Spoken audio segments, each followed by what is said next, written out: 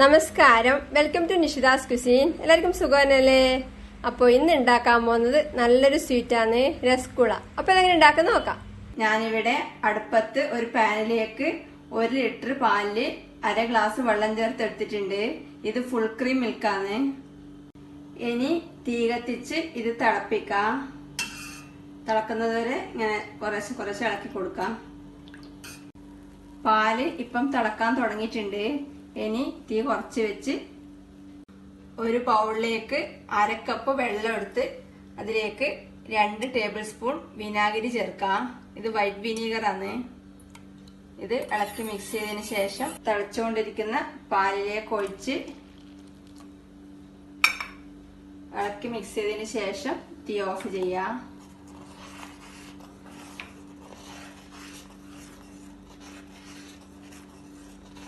ഇപ്പൊ കണ്ടതാ, അങ്ങനെ നല്ല പിരിഞ്ഞണക്കിയതാ. ചേർത്ത് മിക്സ് ചെയ്ത ഉടനെ തന്നെ തീ ഓഫ് ചെയ്യാം. കണ്ട നല്ല തരി.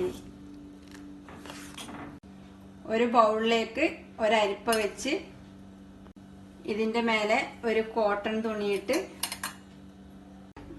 ഈ പിരിച്ചു വെച്ച പാല് എടുത്ത് ഇതിലേക്ക് ഒഴിക്കാം.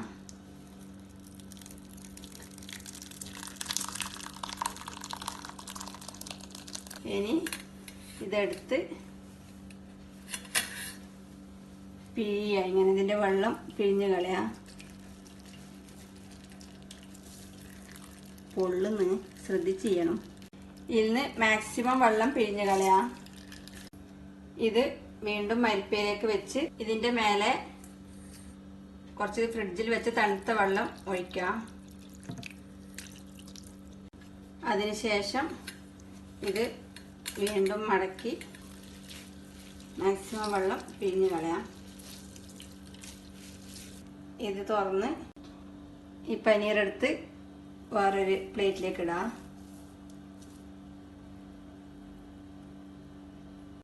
ഇതിനി കൈ കൊണ്ട് നല്ലോണം കുഴക്കാം.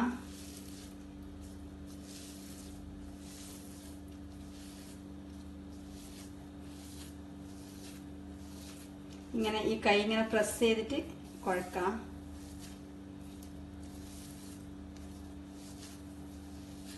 ചപ്പാത്തി മാവെല്ലാം കുഴക്കുന്ന പോലെ. കുറച്ച് വലിയ പ്ലേറ്റ് എടുത്താൽ കുറച്ചും കൂടി ഈസി ആയിരിക്കും. ഇങ്ങനെ നന്നായി കുഴച്ചെടുക്കാം. പ്രസ് ചെയ്ത്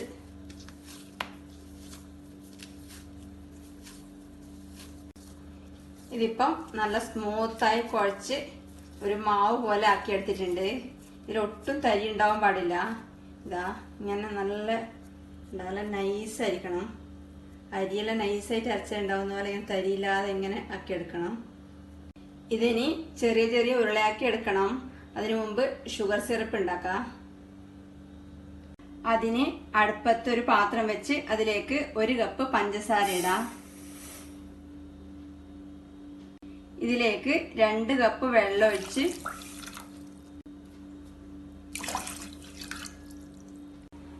തീ കത്തിച്ച് ഇത് ഇളക്കി മിക്സ് ചെയ്തതിന് ശേഷം തിളപ്പിക്കാം. ഇത് തിളക്കുന്ന സമയം പനീർ ഉരുളയാക്കി എടുക്കാം. ഇതിൽ നിന്ന് കുറച്ചെടുത്ത്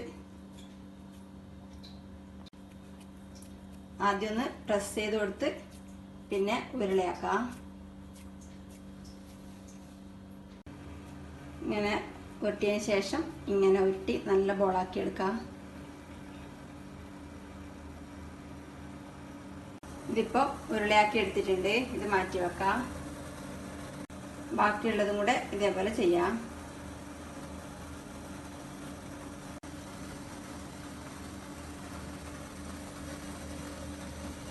ഇതിപ്പം 8 ബോളാക്കി എടുത്തിട്ടുണ്ട്. ചെറിയ നാരങ്ങയുടെ സൈസിനുള്ള ബോളാക്കിയിട്ടാണ് എടുത്തിട്ടുള്ളത്. ഷുഗർ സിറപ്പ് ഇവിടെ നല്ലോണം തിളച്ചിട്ടുണ്ട്. ഇതിലേക്ക് 1 ടീസ്പൂൺ റോസ് വാട്ടർ ചേർക്കാം. 2-3 ഏലക്ക കൂടിയിട്ട് ഒന്ന് ഇളക്കി കൊടുക്കാം. അതിനുശേഷം ഇതിലേക്ക് ഈ രസഗുളേന്റെ ബോള് എടുത്ത് മെല്ലിടാം.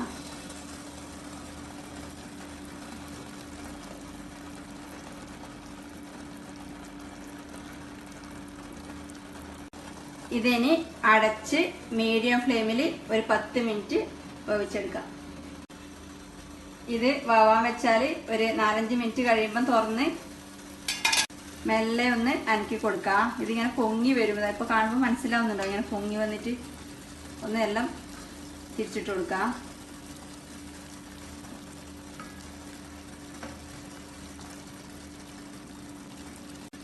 അതിനുശേഷം വീണ്ടും അടച്ചു വെച്ച് തിളപ്പിക്കാം. ഇപ്പോ ഇത് തിളക്കാൻ വെച്ചിട്ട് 10 മിനിറ്റ് കഴിഞ്ഞിട്ടുണ്ട്. ഇനി തീ ഓഫ് ചെയ്ത് ഇതൊരു ബൗളിലേക്ക് മാറ്റാം. രസഗുള എല്ലാം ഒരു ബൗളിലേക്ക് മാറ്റിയിട്ടുണ്ട്. ഇതിനി ചൂടാറുമ്പോൾ ഫ്രിഡ്ജിൽ വെച്ച് തണുപ്പിച്ചെടുക്കാം. രസഗുള ഫ്രിഡ്ജിൽ വെച്ച് തണുപ്പിച്ചതിന് ശേഷം പുറത്തേക്ക് എടുത്തിട്ടുണ്ട്. ഇതിന്റെ മേലെ കുറച്ച് കുങ്കുമപ്പൂട്ട് ഡെക്കറേറ്റ് ചെയ്യാം. നല്ല അടിപൊളി ടേസ്റ്റില് രസഗുള റെഡിയാണ്. ഉണ്ടാക്കി നോക്കുക. അഭിപ്രായങ്ങളും നിർദ്ദേശങ്ങളും അറിയിക്കുക. സബ്സ്ക്രൈബ് ചെയ്യുക, സപ്പോർട്ട് ചെയ്യുക. താങ്ക്